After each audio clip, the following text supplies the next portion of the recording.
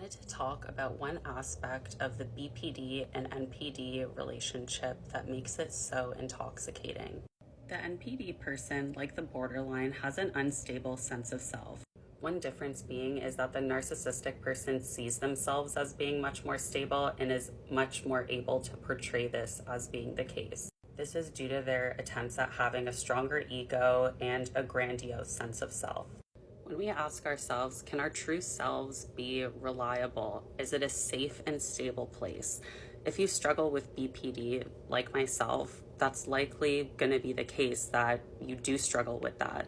And truly within yourself, it isn't the most safe and reliable space. This is also the case for people with NPD, as within the cluster B personality disorder, this is the case. It can often feel like we do have a sense of self, but it fluctuates and changes constantly. And obviously with therapy, this really helps.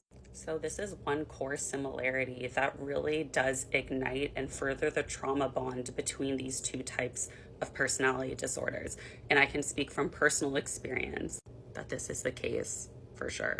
One of my favorite lecturers on this matter is Professor Sam Vaknin, and he calls one of these elements and this element the shadow dance between the narcissist and the borderline. The struggle with the unstable sense of self is that the inner conflicts, the turmoil, the chaos, it boils over and bubbles into one another, so it can be hard to sort out and accurately see things for what they truly are, which actually results in self-states, which are always changing, always fluctuating.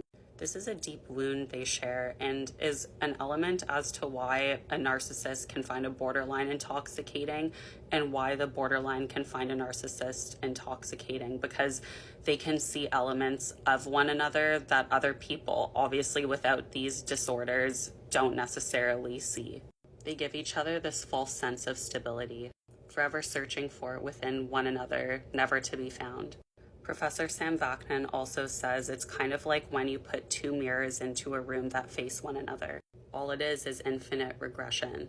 It's so important to dedicate time to really reflecting and understanding yourself and knowing what you're dealing with, so that way you can, to your best of your abilities, accurately reflect and see situations for what they are, which is for me a huge thing. And understanding that I'm struggling with borderline has been a huge accomplishment for me in a way. So I hope that this empowers you. I also have a lot more to say about this shadow dance I spoke about.